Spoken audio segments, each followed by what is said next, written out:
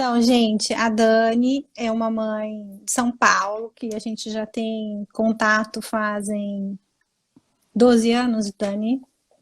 Acho que desde 2007 que a gente já troca 13. mensagem no Orkut.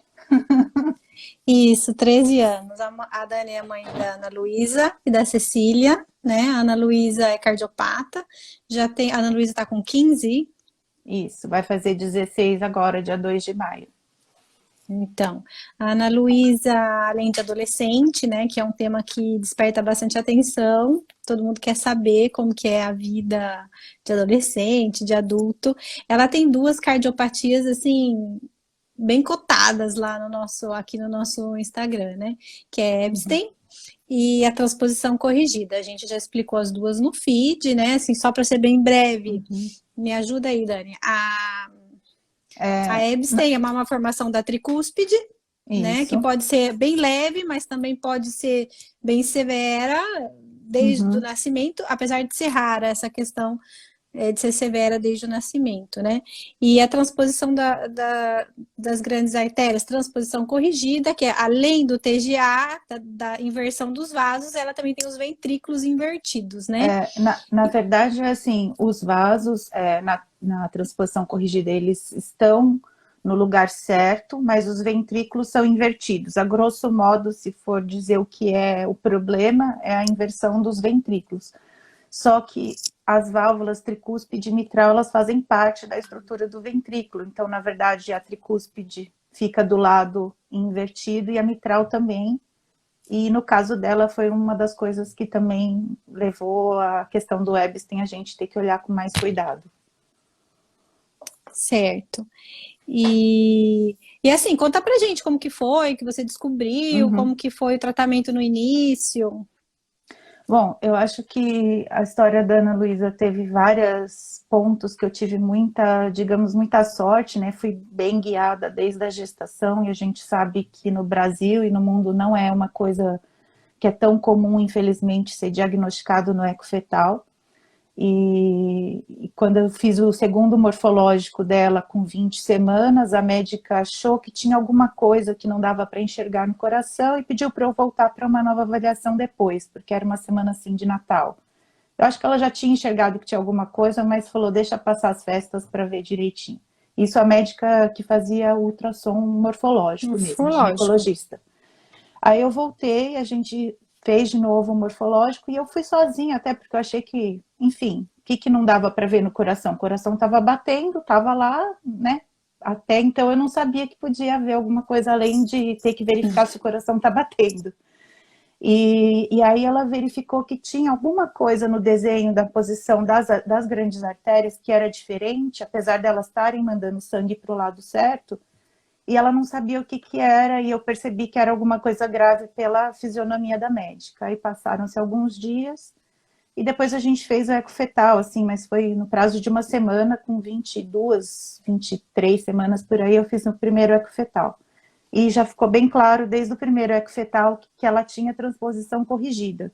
Que esse, E esse que você fez, vou te interromper só um pouquinho, é o caminho ideal que a gente sonha, né? uhum, O é, diagnóstico na morfológica, um diagnóstico, uma desconfiança na morfológica, mas para uhum. isso o médico ultrassonografista tem que estar treinado, né, para poder perceber essa alteração e depois o ecocardiograma fetal para você programar o final da gravidez e o parto, né? E assim, pensar que antigamente, não é muito antigamente, né, mas 16 anos atrás, não tinha eco 3D, nada disso, né, e mesmo assim, com as ferramentas existentes na época, que é o que é existente para a maioria da população, que é um morfológico comum com o Doppler, a médica verificou isso, e eu acho que esse olhar atento dessa primeira médica foi muito importante. E eu acho que outro aspecto muito importante também de ter descoberto na gestação foi porque, assim, desde o começo, eu queria muitas informações sobre o que era essa cardiopatia, se existiam outras pessoas com essa cardiopatia, e apesar dos recursos da internet serem mais precários, eu encontrei várias histórias em outros países e de pacientes que a médica que acompanhava a Ana Luísa desde o fetal me mostrou. e de outras famílias que eu fui achando na internet, isso ajudou bastante também, porque nesse primeiro momento, quando a pessoa descobre na gestação, parece que aquilo só aconteceu com você, ou que você tem Sim. culpa, ou que... São várias coisas que acontecem na nossa cabeça que já está bem preocupada como gestante e que eu acho que descobrir o que ajuda bastante a diminuir esse sentimento de culpa e de ansiedade. Sim, a gente começa a procurar os iguais e começa a querer a procurar que dá certo, né? E outro aspecto importante também foi o planejamento do parto, né? Isso. Porque como a gente já sabia da cardiopatia, apesar da transposição corrigida isolada, como era o caso dela, não ser uma cardiopatia que necessita de intervenção cirúrgica ou que Imediata, né? necessite de alguma coisa imediata, porque não é uma cardiopatia cianótica, a transposição corrigida, nós pudemos planejar que no momento do parto tivesse um cardiologista pediátrico lá para receber a Ana Luísa. Depois ela já fez um eco nas primeiras 24 horas, ficou em observação na UTI por 24 horas. Depois, quando ela foi para o quarto, nós tivemos muita tranquilidade de saber que ela podia ficar com a gente, ia ser amamentada e seguir a rotina dela de bebê. Que bacana mesmo. E assim, Dani, você desde sempre foi muito informada, sempre buscou entender o que ela tem e buscar o melhor para ela. Como que você vê isso? Qual a importância que você dá a isso e quanto influenciou na tua história com a Ana Luísa? Assim, nesses anos todos, né, que a gente se conhece da internet e pessoalmente, que a gente acompanha a história de várias crianças, eu vejo que para muitas pessoas o termo sopro parece ser suficiente, né, para se dizer o que é uma cardiopatia. A pessoa vai até o consultório, tem o diagnóstico, mas não sabe o nome do que o filho tem. E eu acho que isso não é suficiente para uma mãe de cardiopata. Eu acho que a gente tem que saber do que se trata. Talvez a gente não consiga dominar todos os detalhes da parte médica, mas a gente precisa saber pelo menos o básico para que as nossas decisões e o nosso acompanhamento dos nossos filhos seja feito sempre com base em informações e não, né, de forma passiva. A gente tenha um papel ativo no acompanhamento da criança. E assim, uma coisa que uma vez a médica da Ana Luísa me disse, a cardiologista me disse, é que a gente tem que saber o nome da cardiopatia, explicar qual a cirurgia foi feita, qual técnica foi usada, o que são os parâmetros normais para os nossos filhos. Porque se, por exemplo, você estiver numa situação de emergência e for para um pronto-socorro, o médico que vai te atender muitas vezes não conhece as cardiopatias congênitas, que elas são desconhecidas de muitos pediatras e até mesmo de cardiologistas de adulto. Sim. Já passei por situações diversas, assim, de levar a Ana Luísa a fazer cintilografia, levar ela a fazer algum tipo de exame cardiológico que fosse conduzido por médicos de adulto e o médico não saber o que é transposição corrigida, por exemplo. Sim. E o médico fala assim, corrigida? Corrigiu quando? Eu falei, não, corrigida é do nome da cardiopatia. Ou eu tenho uma cunhada que é enfermeira-chefe num hospital de uma cidade pequena. Ela fala para mim, olha, se não fosse o Luca, eu ia estar na mesma situação de muitos dos meus colegas. Chega criança cardiopata no hospital com a saturação 80, a gente já quer pôr na UTI. Né? Tipo, eles não têm essa prática com a criança cardiopata. Então, se você chega numa emergência, até numa viagem, né? Dependendo, quem mora em São Paulo, encontra mais fácil um atendimento. Mas se você está viajando, alguma coisa acontece, alguma coisa não sabe explicar, você vai encontrar um profissional que não tem nenhuma experiência, né? E ficam apavorados, sem saber lidar com aquilo. E muitas vezes a gente acaba, já aconteceu em situações de pronto-socorro, deu até acalmar o médico com relação a alguma coisa, por exemplo, a Ana Luísa ter uma falta de ar por conta de alergia respiratória que ela tinha quando era pequena, e o médico ficar com um pouco de receio de dar broncodilatador ou alguma coisa assim, e eu falar, não, pode ficar tranquilo, se o senhor quiser entrar em contato com a pediatra dela, que é especializada em cardiopata, ela pode te dizer que normalmente a gente faz uso desses remédios com uma dosagem diferente e tal. Mas o médico do pronto-socorro eu também entendo, é muita responsabilidade receber uma criança que tem situações tão específicas, de repente dar um remédio ou olhar Sim. aquela situação de uma forma que possa agravar o quadro, né? Então, não é que não é falta de vontade do médico do pronto-socorro, mas é que é muito específico mesmo. E a gente, como mãe de cardiopata, tem que conhecer uma cardiopatia só. Então, que a gente entenda bem dessa cardiopatia para poder ajudar os médicos nessas situações de emergência também, né? E os nossos filhos também. Então, assim, a gente sempre prega isso, né? Quem segue a gente há mais tempo já sabe como a gente Uhum, fala que a informação salva vidas, a informação te ajuda a cuidar melhor, a informação te dá serenidade, né? A uhum, informação pode dar mais oportunidade de tratamento para o seu filho, porque muitas vezes as pessoas acham, né, que não tem tratamento, que não tem solução para alguma consequência, alguma coisa da cardiopatia, e você vai ver, tem sim, né? Então, uhum, assim, muito importante isso. Agora, Dani, a pergunta que mais fazem, assim, para mãe de uhum. adolescente. A Ana Luísa tem vida normal? Tem vida normal, mas ela não tem nenhuma restrição cardiológica, toma uma medicação por dia para prevenir que funcione tudo bem, com uma pressão arterial sempre no mesmo nível, mas é uma medicação que é para uso para manter sempre tudo bem, mas não é uma medicação que ela depende dela para estar bem, é só para manutenção e é uma dosagem super baixa. Eu acho que são algumas perguntas com relação ao adolescente que às vezes eu ouço. A primeira é, mas nunca mais vai ter que operar? Eu não sei se você já ouviu essa pergunta para o Luca alguma vez. E eu acho que isso não é uma preocupação da gente, né? Porque assim, a gente não tem controle também da nossa vida não cardiopata, né? A gente não sabe o que vai acontecer amanhã com a gente, isso é uma coisa que eu aprendi muito com a cardiopatia dela. A gente controlar nossa ansiedade com relação a esse tipo de pergunta, porque a vida é incerta para todo mundo, né? Então, a gente fez um post até isso, né? Que, assim, normalmente você não pensa nessas coisas quando você tem um Uhum, filho. E todo mundo tá suscetível a acontecer N coisas durante a vida. uhum, Mas parece que quando você tem o diagnóstico da cardiopatia, você já faz todas essas perguntas, né? Quanto tempo vai é, viver, se vai precisar operar de novo. uhum, E assim, coisas que estão tão além que essa preocupação agora só traz é, coisas negativas, né? isso.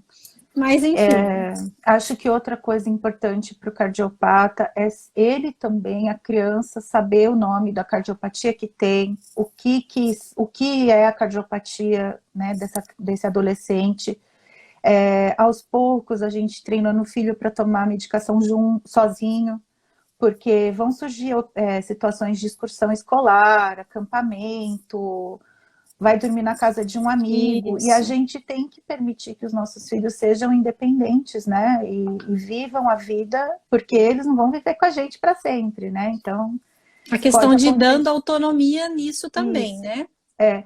E uma coisa que eu acho que ajudou muito essa construção da autonomia da Ana Luísa para tomar medicação sozinha, e para ela saber o que ela tem, foi que a gente sempre fez ela presente nas consultas médicas. Então, nunca houve uma consulta médica que, quando eu fosse conversar com o médico, eu pedisse, por exemplo, para ela sair da sala.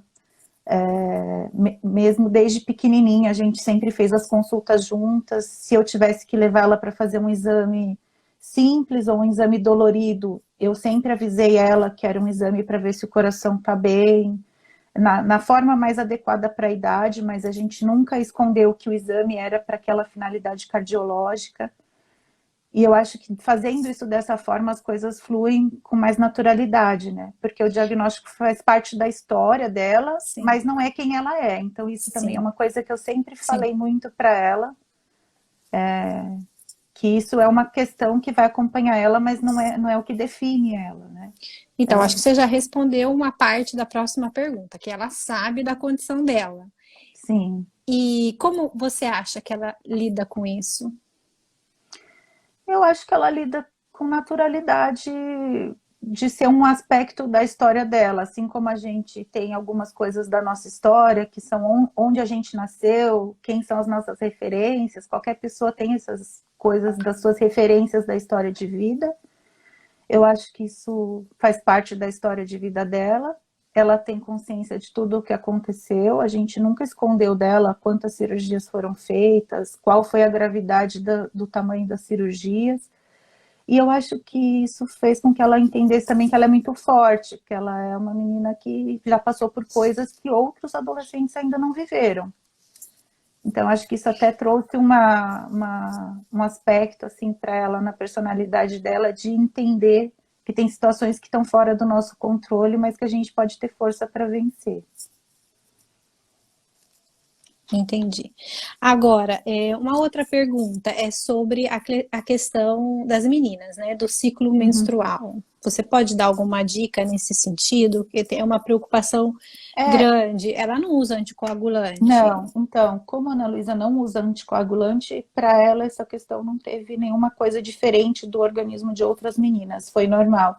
Eu sei que para as mães de meninas que usam anticoagulante, isso pode ser uma preocupação, mas que como eu não tive que passar por essa situação com ela, não teve nenhuma diferença. Foi tudo normal e não é uma coisa que eu também tenho muito conhecimento, porque como ela nunca precisou dessa informação, eu não sei como que é. É só a sua experiência, assim, é só isso que a gente queria saber. E assim, recentemente a gente falou bastante de alguns atrasos de desenvolvimento que pode acontecer em criança cardiopata. Que ia desde amamentação, não, alimentação, até atrasos motores e dificuldades na escola, dificuldades cognitivas. A Ana Luísa apresentou algum tipo de atraso? E se sim, como que vocês enfrentaram essa situação? Então, quando a Ana Luísa tinha mais ou menos 1 ano e 5 meses, mais ou menos, 1 ano e 4, eu fui com ela numa consulta de rotina na cardiologista, e ela viu que ela estava com muito baixo peso. E a pediatra que acompanhava ela na época não era especializada em cardiopata, e ela falava, não, ela é magrinha, mas está tudo bem, não precisa se preocupar, é o biotipo dela. E eu era mãe de primeira viagem, tinha 25 anos, não sabia nada, né? Acreditando que tudo estava bem. E ela tinha muito refluxo, ela só mamava no peito, comia muito pouco. E o que ela comia, ela colocava para fora ou nem comia. Então, isso era um pesadelo para a gente. A alimentação era um pesadelo. E a amamentação, que eu queria muito que desse certo, tanto que ela foi amamentada por 1 ano e 5 meses, passou a ser um pesadelo também, porque ela mamava e vomitava. Então, eram muitos vômitos por dia, uns 5 vezes, 4 vezes. Aqui também. E aí eu acho que como ela tinha muito refluxo, não é aquele refluxo de voltar só um pouquinho, era um jatos assim de lavar a sala, eu acho que aquela situação deixava ela muito desconfortável na hora de se alimentar, e passou a ser um momento de desprazer para ela e para mim também, porque fazia de todas as receitas, tudo, e nada dava certo. Mas nessa consulta com a cardiologista, ela falou assim para mim, olha, a sua filha está desnutrida, você vai chegar em casa hoje e vai desmamar essa menina. Você vai amarrar o seu peito, comprar uma lata de leite e você vai numa nutróloga de criança cardiopata. Aí eu já marquei a consulta para dali 2 dias, desmamei ela no mesmo dia, porque ela falou, toda vez que você sentir vontade de dar de mamar para ela, você vai ter que pensar, eu estou fazendo um desserviço para minha filha. E de fato, ela estava com percentil abaixo de 5, muito magrinha, ela pesava... Eu também era assim. No 3º percentil, ele ficou um tempo. Era percentil 3, assim, Isso. 4 era muito pouco. Ela tinha 1 ano e 5 meses e tinha a moleira aberta ainda, pouco cabelo, e ela não andava muito bem ainda, ela andava bem pouquinho. Então, para a idade dela, era um pouco de atraso, mas que no caso dela foi por conta da desnutrição. Como ela não tinha muito músculo... Ela não tinha energia também, ela né? não tinha energia e ela não tinha proteína suficiente no corpo para formar musculatura que ajudaria ela a andar, fechar a moleira, enfim, tudo na vida da gente a gente precisa de nutriente, né, para formar os músculos da face, enfim, tudo isso, os músculos da perna que vão fazer a gente andar. E assim, quando a gente começou a fazer acompanhamento nutricional, a vida dela mudou, porque o primeiro mês, assim, ela engordou 1,5 kg. Eu falei, gente, minha filha estava passando fome, eu não sabia. Ela recuperou, né? Ela recuperou. E aí foi um acompanhamento muito importante que a gente fez durante muitos anos, assim, durante uns 7 anos ela fez suplementação alimentar, acompanhada por uma pessoa que O entendia Fortini, disso. o É, Fortini, eu também tomei. Fortine, Sim. Nutrine, TCM, aminoácidos que tinham que mandar manipular. No pós-operatório teve uma dieta diferente para recuperar o peso que ela tinha perdido na cirurgia. Então, E, veja, você tocou um ponto que a gente também tocou bastante nesses dias, né? Porque, assim, a criança cardiopata pode ter um atraso natural, né? Pode ser uhum, só um atraso, mas a gente precisa estar atento que muitas vezes não é uma coisa que o tempo vai resolver. Veja bem uhum, que a desnutrição estava acarretando uma série de outros problemas a ela, né? Se essa sim, médica não te ajudasse, não sei em que condição que a Ana Luísa ia chegar, com quanto tempo de atraso e quais outros atrasos essa dificuldade poderia acarretar para ela, né? Então é um alerta para as mães. Olha só, é. e como você resolveu? No primeiro mês já teve uma mudança enorme, né? E foi super útil também entender que os cardiopatas têm um metabolismo mais Mais acelerado rápido. e que, por mais que eu tentasse suprir a necessidade dela alimentar só com comida, por melhor que fosse a qualidade da comida, ia ser muito difícil eu conseguir fazer isso. E foi importante também nos grupos de apoio que a gente tinha na época saber que outras mães passavam pelos mesmos problemas, porque também nessa questão alimentar eu me sentia muito sozinha, né? E a gente vê que várias crianças têm refluxo, várias Sim. têm falta de apetite, irritabilidade. Então, mas veja que a E falta de apetite é consequência da desnutrição. Criança desnutrida não tem apetite. é, Então, e outra vai virando uma bola de uma bola neve. de neve. E aí a outra coisa que foi muito importante também foi na preparação para a cirurgia, esse acompanhamento nutricional e na recuperação no pós-cirúrgico, Com porque a certeza. criança precisa ir forte para a cirurgia e precisa, quando sai do hospital, de uma nutrição um pouco mais reforçada para perder tudo, para ganhar tudo que perdeu, né? Durante esse processo de internação longa, que ela ficou um mês no Então, Dani, hospital. já que você tocou esse assunto, conta pra gente com que idade ela operou, por que foi decidido Uhum, operar e o que que solucionaram nessa cirurgia. é. Então, a cardiopatia principal da Ana Luísa é a transposição corrigida, que são os ventrículos invertidos. E a gente, como era uma cardiopatia isolada, a gente sabia da existência de uma cirurgia corretiva que se chama double switch, que é uma adaptação do coração para que a circulação seja feita da forma correta. Então, basicamente é assim, os ventrículos são trocados e as válvulas também. O ventrículo direito dela mandava sangue para o corpo. E Fazia o esse contrário, ventrículo, vai ele é enfraquecendo. pequeno e as paredes dele, do músculo, são muito finas também. Então, ao longo da vida, mesmo que a pessoa só tenha a transposição corrigida e não tenha mais nada, esse ventrículo vai ficar fraco ao longo da vida e ele pode entrar em disfunção.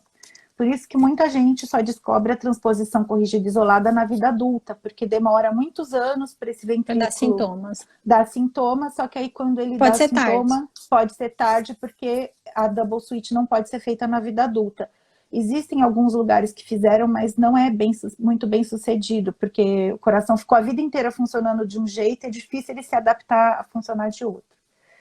Então, como era assim, a gente foi pesando, mas como é uma cirurgia muito complexa, foi desconsiderado num primeiro momento. Quando ela fez 3 anos, e eu já estava grávida da minha segunda filha, a gente foi fazer o eco fetal da Cecília e o eco de rotina da Ana, no mesmo dia.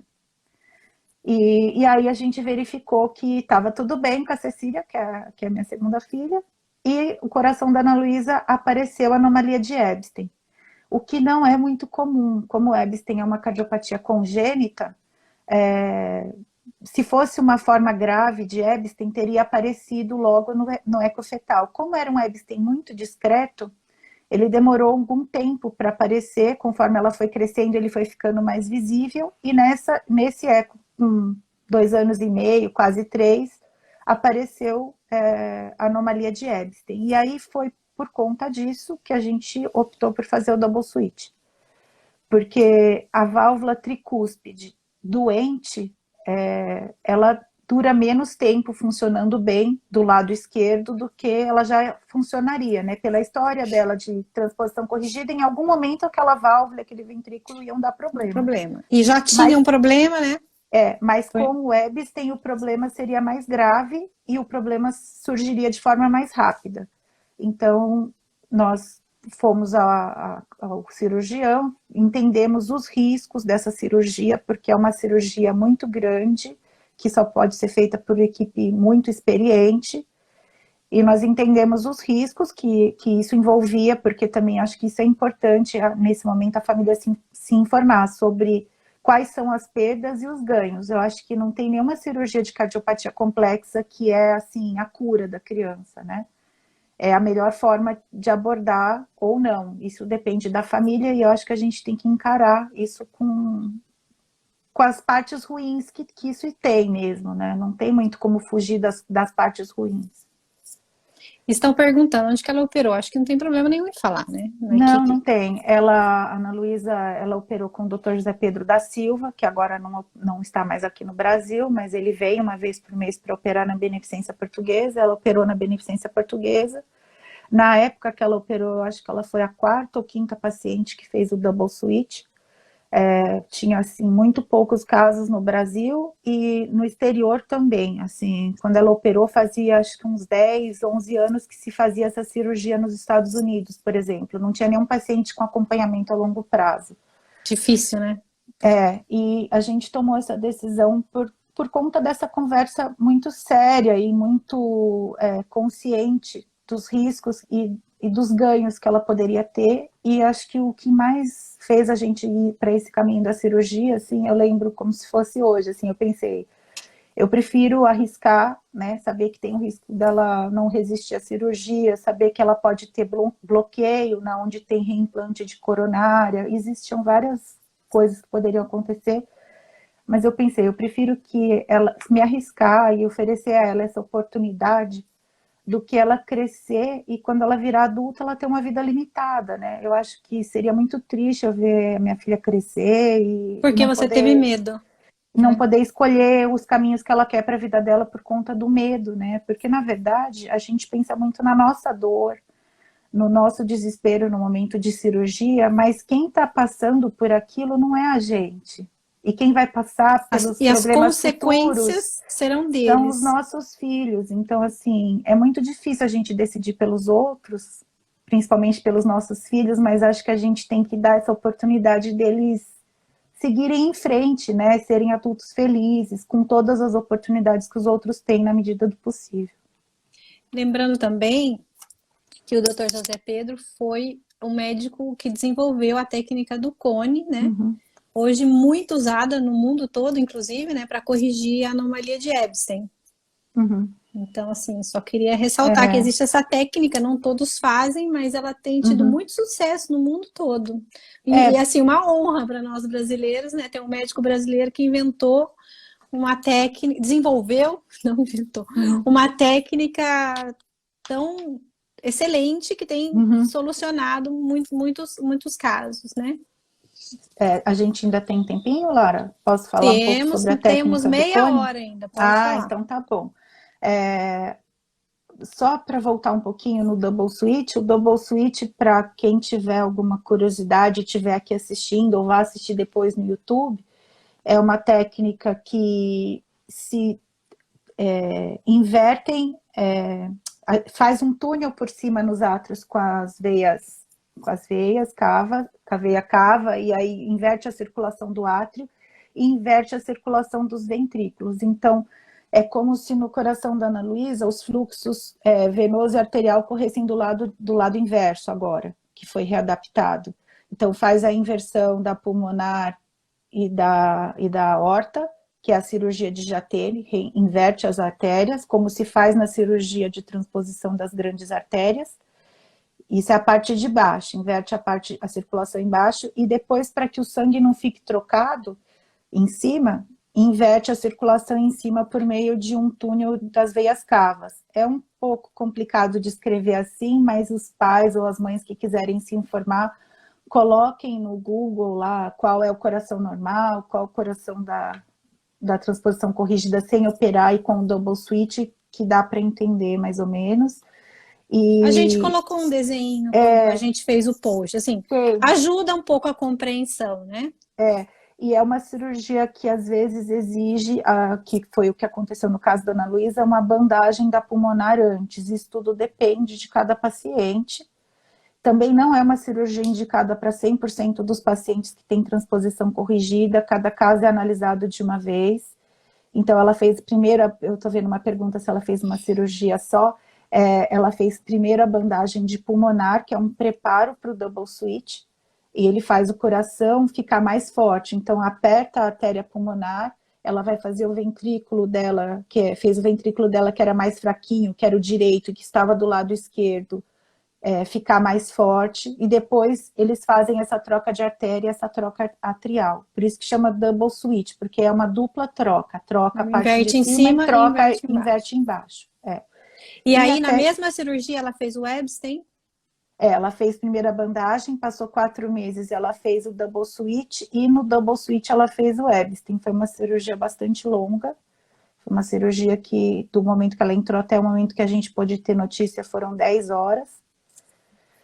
E ela fez a plastia da válvula, que é a que tem o Epstein, durante o double switch também. E a técnica do cone que o Dr. Zé Pedro usa para corrigir a válvula que tem Epstein, ela é bastante utilizada no mundo inteiro. Quando ele ainda estava aqui no Brasil, muita gente veio conhecer, e eu recebo muitos e-mails de gente do mundo inteiro, às vezes, que acha a minha história em algum lugar, a história da Ana Luísa, e me pergunta sobre a técnica do cone. Então, vou falar um pouquinho sobre o que eu sei, assim, de forma leiga. A válvula tricúspide, na Epstein clássica, né, que ela está do lado direito, ela manda sangue, vai para o pulmão, né, está do lado direito, e a válvula, ela tem 3 folhetos, assim, né, e esses folhetos no Epstein, eles estão implantados um pouquinho mais para baixo, na parede do coração. Então, quando tem aquela divisão em 4, é como se esse lugar onde está o folheto ficasse um pouquinho mais para baixo, e foi até assim que foi descoberto o Epstein da Ana Luísa. A médica que fez a ecocardiografia, a doutora Lilian, que esteve aqui recentemente, ela mediu o local de implantação da tricúspide e viu que estava um pouquinho mais para baixo. E aí, por essa medida, já sabe que é Epstein. E além de olhar como que a válvula está abrindo e fechando. No Epstein, ela fica mais para baixo e ela não fecha direito. Esses folhetos, eles são mal formados e eles não conseguem se encaixar na hora de fechar. E aí, por isso, o sangue volta para o átrio, e isso vai causando a dilatação do lado direito do coração. Quanto mais defeituosa é a válvula, quanto mais ela não fecha na hora de fazer esse bombeamento, mais grave é o Epstein. Então, tem vários graus. Quando é muito discreto, a pessoa pode demorar para descobrir, pode descobrir já depois de maiorzinho, que seria o caso que aconteceu com a Ana Luísa. E tem gente que já tem grave, uma forma mais grave mesmo, desde o útero, já é verificado, desde o nascimento. E porque aí, dilata, caso, né, o átrio, dilata, melhor. E aí é muito visível, assim, tem um átrio bem grandão e o ventrículo bem pequenininho. E aí, essas crianças que têm a forma mais grave, elas podem ser cianóticas, muitos casos desenvolvem problemas de arritmia, tem a síndrome de Wolff-Parkinson, que é uma síndrome muito comumente associada ao Epstein, então são alguns sintomas que podem surgir. E nesse caso da técnica do cone, o diferencial é que para corrigir essa válvula, ao invés de usar uma abordagem mais tradicional, que seria substituir essa válvula doente por uma válvula mecânica, ou algum outro tipo de prótese, é feita uma plastia na própria válvula do paciente. Então, o Dr. Zé Pedro, ele desenvolveu essa técnica, que ele pega esses folhetos que estão mal feitos, mal formados e mal posicionados, ele forma um triângulo, forma um cone, reposiciona, e aí a válvula passa a funcionar com o tecido do próprio paciente. Que é uma vantagem enorme, né? Você não ter uma prótese no teu corpo, não precisar tomar anticoagulante. Isso. Então, assim, abre muito mais possibilidades para a criança. No caso de criança, não precisa reoperar para colocar outra prótese. e eu até peguei um artigo aqui por curiosidade para olhar antes da gente fazer essa live, um artigo de 2010, que na época aqui no Brasil já tinha 88 pacientes operados com essa técnica. E foi uma época que estava vindo muita gente de outros países e tinha gente de tudo quanto é idade. Então essa técnica ela pode ser usada em adulto, pode ser usada em criança, porque tem técnicas que são específicas para alguns perfis, né, de Sim. paciente. E essa técnica ela foi usada em vários tipos e várias idades de pacientes. Que gostoso, que bom, né? Que deu tudo certo. E assim, a recuperação dela, como é que foi? O pós-cirúrgico? O pós-cirúrgico da Ana Luísa, a primeira cirurgia, a bandagem foi muito rápida, porque na bandagem, como só foi feita, foi feito um corte menor, não precisa de circulação extracorpórea para fazer a bandagem, foi uma cirurgia de umas 3, 4 horas, a gente em 5, 6 dias estava em casa. Mas na cirurgia do double switch foi um pouco mais demorado, mas foi bem, ela ficou uma semana na UTI, e depois nós ficamos mais 20 dias no quarto por conta de antibiótico. Ela não teve nenhuma intercorrência muito grave, mas algumas coisas que aconteceram na UTI, eu lembro que os relatos das outras mães que já tinham passado por outras cirurgias de outras cardiopatias me ajudaram muito.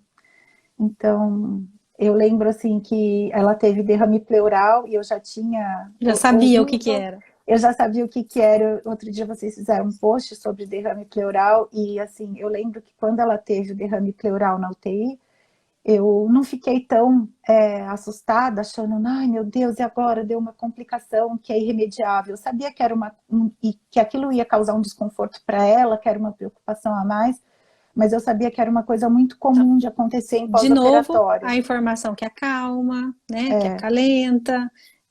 Você já foi preparada, então assim, uma coisa que poderia te abalar muito, não te abalou tanto, porque você já sabia que tinha solução, que tinha tratamento, que era só chatinho, né? Diz que é bem chatinho.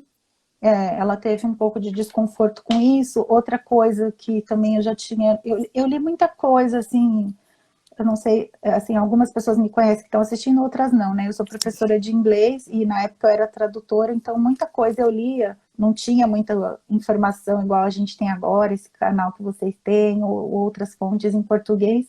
Eu lia muita coisa em inglês, e aí eu achei um guia de uma ONG que era do Canadá, enfim, que tinha feito um manual do antes, durante e depois da cirurgia. Então eu preparei ela para a cirurgia, assim, da forma que eles sugeriam. E eles falavam para a gente contar para a criança que ia ter que operar, que ia ter que internar, mas que eu ia estar lá o tempo todo. E isso foi uma coisa que eu fiz com ela, porque na época no hospital a gente não podia ficar junto na UTI, eu só podia fazer uma visita de 15 minutos no almoço e uma visita de 15 minutos no fim da tarde. Então eu expliquei para ela que a gente ia ficar separadas, mas que eu ia estar olhando pelo buraquinho da porta o tempo todo, que ela podia confiar que eu estava do outro lado da porta. Então eu inventei uma história assim, que era verdade, né? Porque eu ficava praticamente ali no hospital esperando o horário da visita. E eu fiz ela fazer uma mala de brinquedo para ir para o hospital. Então foi interessante esse preparo do antes. Durante foi um pouco complicado esse período de UTI, de não poder ficar junto o tempo inteiro, e outra coisa que aconteceu foi ela ficar um pouco deprimida nos primeiros... Depois que ela viu que passou o primeiro dia de UTI, ela não saía da UTI, ela começou a ficar muito chateada, ela não queria conversar com a gente chegava para visitar, ela virava o rosto, não queria ver nem a mim, nem o Edson, né, o pai. E eu sabia, pelas leituras que eu tinha feito, que aquilo era uma coisa comum de acontecer também. Então, a informação me ajudou a enfrentar, apesar da dureza que foi, né? E eu ia duro, hein? e ela não queria falar comigo. Comigo, olha, a gente tem muita coisa em comum. Comigo também isso aconteceu. O Luca tinha 6 meses. Então, o único contato, assim, a única forma de comunicação era o olhar, né? Ele não me dava o olhar. E eu não tinha tido toda essa informação. E assim, comecei a ficar muito preocupada, porque a gente começa a pensar em dano neurológico, né? A criança não se comunica mais, parecia apático, tal. Até que a enfermeira veio me falar, mãe, ele tá bravo, porque você deixou ele sofrer. Então, eu tô vendo que você tá achando que é coisa pior, então eu vou te falar, mas vai passar, você vai ver que vai passar, né? E aí Passou. passou. E no pós-operatório, depois quando ela foi para o quarto, assim, algumas coisas que são um pouco difíceis, é assim, a irritabilidade da criança, né? Passaram, assim, Oh, a gente ficou um tempo assim em casa que ela não queria nem que tocasse nela, nem para trocar de roupa, nada. Fica muito sensível, né? Assim, a movimentação, a ver pessoa de branco e tudo mais. Mas eu acho que uma coisa que ajudou muito foi essa coisa de fazer acompanhamento nutricional.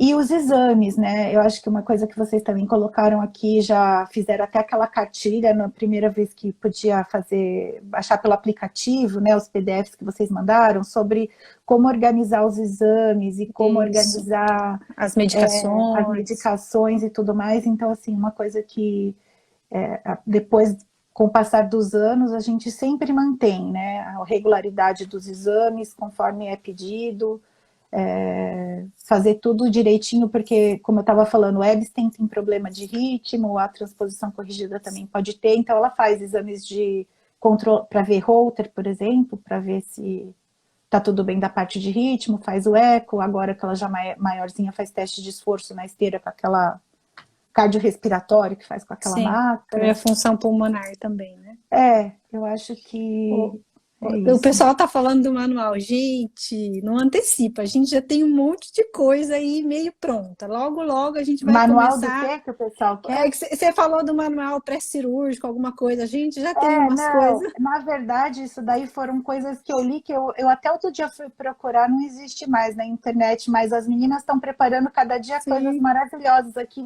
É só para vocês ficarem com vontade de É, acessar todo dia até mas, ver.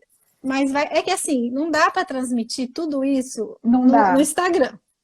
Então, assim, a gente já fez esse Uhum, primeiro e-book e estamos estudando outras formas, talvez mais simples e mais bacanas para a gente fazer essa uhum, troca, né? Porque não é só um dar, é uma troca. uhum. Então, deixa a gente terminar de colocar, de ver como executar isso, e aí a gente fala para vocês. Só ficar de olho aí que vai ter. Eu acho que a gente, isso que eu falei que era um livrinho, foi o que eu tinha na época, né? A gente, assim, 15 anos atrás a internet era discada, gente. Não tinha nem como a gente ficar olhando tanta coisa na internet. Então, era o que Ah, não, a estava à gente já mão. está muito para frente, porque assim, Muito.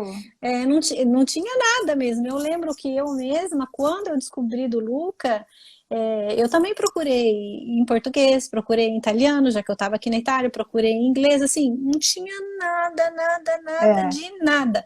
E assim, como eu sei que a falta de informação te faz sofrer, porque como eu nem sabia que criança tinha problema, Aham. podia ter problema cardíaco, eu achava que elas não superavam a cirurgia, que era um negócio assim muito raro, muito absurdo. Então eu morria de medo dessa cirurgia. Eu passei 6 meses que eu não respirava, assim, eu tinha o diafragma, sabe, contraído de tensão.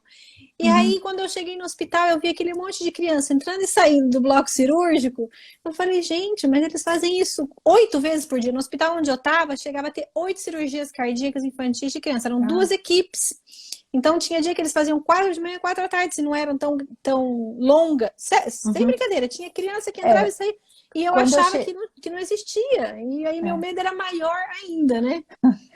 Ó, uma pergunta aqui que estão fazendo já acho que já perguntaram mais de uma vez quantos anos que a Ana Luísa operou. A Ana Luísa operou com 3 anos a bandagem de pulmonar e 3 anos e 4 meses a double switch. Ela demorou pouco para preparar para o double switch porque o corpo dela se preparou rápido, mas não, normalmente os pacientes têm um intervalo maior entre as duas cirurgias. E essa é a questão de você achar que você está sozinho. Eu lembro quando eu cheguei, o primeiro dia que eu fui fazer a visita na UTI, na Beneficência Portuguesa para Ana Luísa, naquela época, hoje mudou um pouco, que eles reformaram o hospital, mas naquela época a gente percorria toda a UTI adulto e depois chegava na UTI infantil, e então você já via um monte de paciente adulto, assim, muitos, muitos. É um corredor sem fim. E a hora que chegava na UTI pediátrica eram 28, 27 leitos, uma coisa, era muitos leitos, mais de 20 leitos de UTI. Então imagina quanta criança operada Sim, só de leito de UTI, fora os que sim. estavam no quarto, que lá eram 2 andares só de, 3 andares só de criança operada na enfermaria. Nossa. Então, assim, Ô, é um Dani, ainda tenho duas universo. perguntas que eu queria te Tá, fazer. A faça. primeira é assim, ó, diante do que foi te dito no início, do prognóstico dela, de como seria a vida dela e como é hoje, você viu diferença? Foi melhor, foi pior, ou foi como te foi explicado que poderia ser? Sabe que eu pensei nisso hoje, assim, eu pensei nisso aí hoje, eu falei, acho que a Laura vai me fazer essa pergunta. Quando eu descobri na gravidez, se comparar com o que eu senti de medo na gravidez, antes de me informar sobre o que era cardiopatia, até eu conseguir entender o que estava acontecendo, foi muito. Eu achava que ia ser muito difícil, que ia ser impossível. Eu até achava que quando ela nascesse, eu não sabia se ela ia resistir no nascimento, sabe? Eu criei um luto, assim, para o momento do parto que foi muito difícil, porque a gente, quando vai ter um bebê, a gente programa o quarto, o enxoval, e aí chegou um ponto, assim, logo que eu descobri que eu falava, gente, mas como que vai ser? Será que ela vai ter uma carinha de bebê que vai ser saudável? Não vai ser, né? E aí acho que o primeiro momento de informação que eu tive no ecofetal foi quando eu fui no consultório e a doutora Lília, ela fez o ecofetal e ela tinha uma caixa de fotos de pacientes. E aí ela abriu aquela caixinha para mim foi um momento assim maravilhoso. Ela tirou uma foto de um paciente que tinha 12 anos de idade e ela me mostrou o paciente. Então, assim, eu pude enxergar o futuro naquele momento, assim, que a história dela não ia ser até o nascimento, a gente ia ter muita coisa para viver. E eu acho que depois, quando chegou o momento da cirurgia, eu acho que eu já tinha tido tanto tempo para digerir tudo que estava acontecendo, porque eu tive sorte, na verdade, né? A gente mora em São Paulo, ela foi acompanhada por médicos que sabem o que estão fazendo, souberam me orientar. Então, isso tudo me ajudou a ficar um pouco mais calma. E eu acho que a cirurgia foi o que eu esperava, porque eu já estava informada, eu sabia que ela ia ter circulação extracorpórea, eu sabia que ela ia receber transfusão de sangue, eu sabia que ia durar muito tempo. Quanto tempo tem, Lara?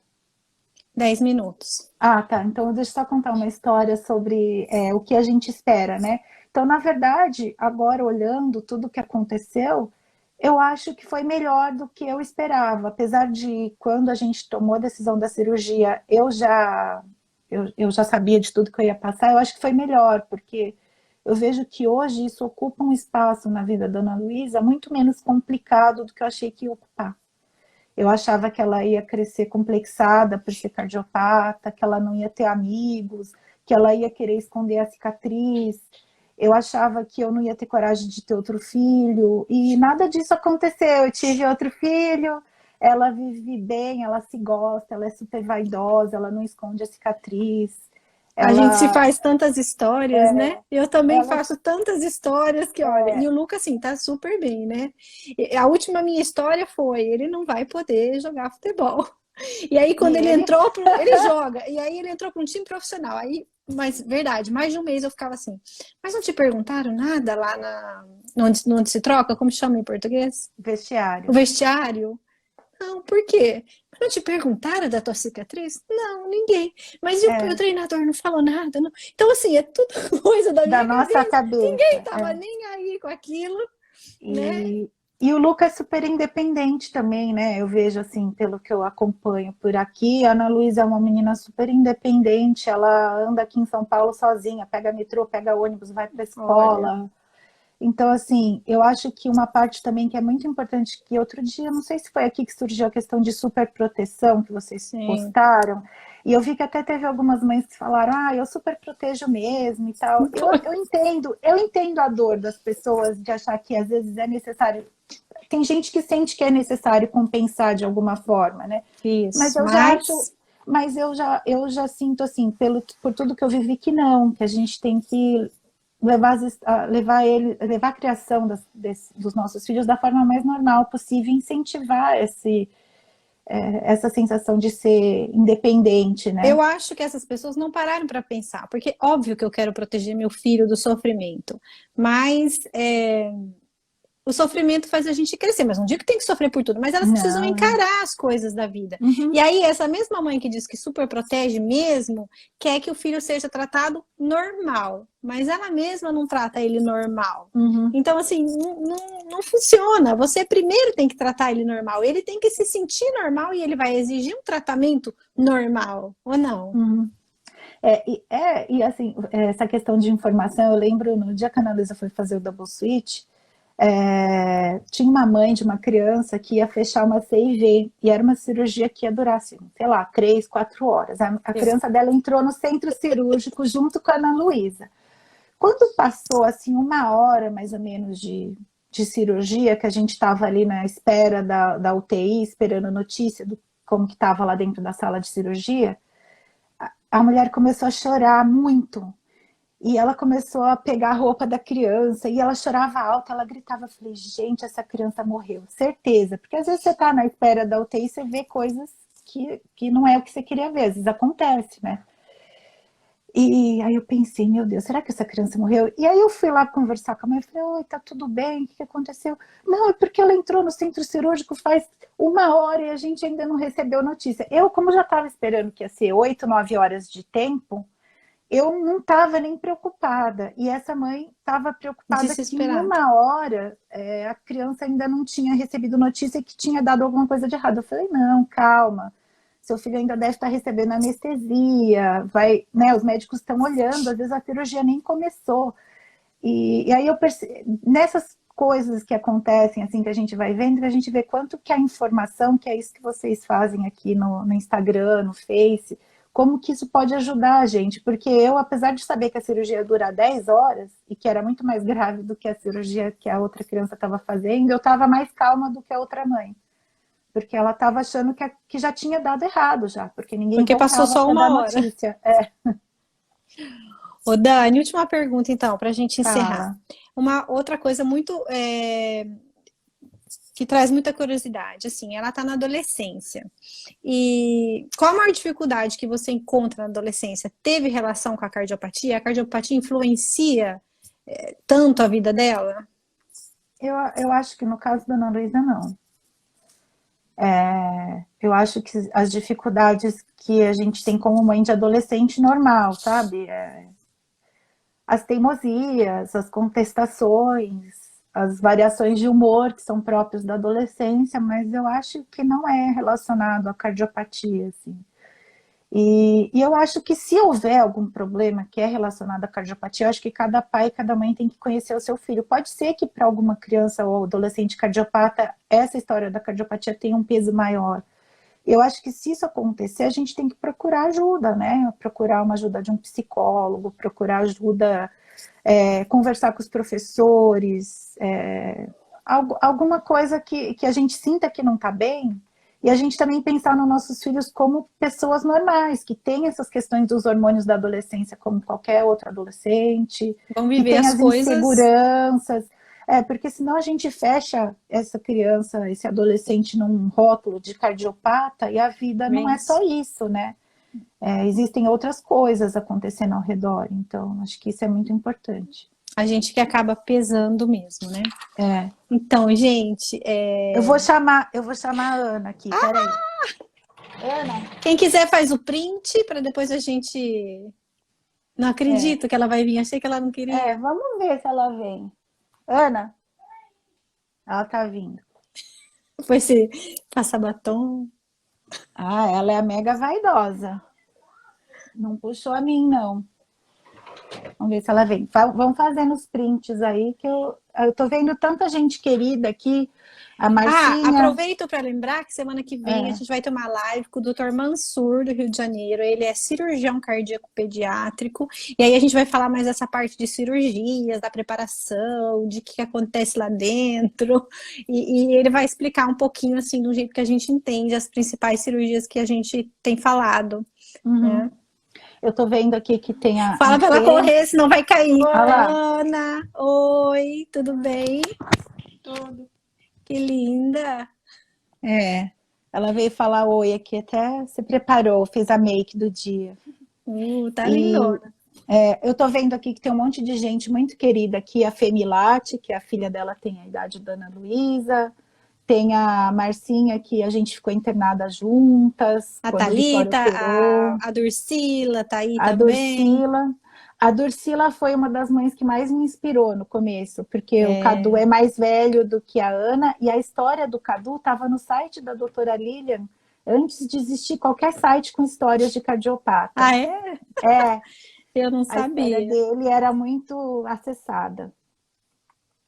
É Que bom. isso, assim, Dani, adoramos, eu adorei. Eu tenho certeza que as mães também. também estou vendo aí os elogios, os coraçõezinhos. E foi ótimo. E continuamos contando com você aí. E eu, de fã número 1 de vocês estão de parabéns. Quem puder faz o print e a gente se vê semana que vem, então. Dani, Tá obrigada de bom. coração. Obrigada, Ana Luísa, por ter participado. Eu sei que às vezes não é muito fácil para eles, né? Obrigadão, gente. Um Um beijo para todo beijo, mundo. Lara. Tchau, tchau, Tchau. tchau.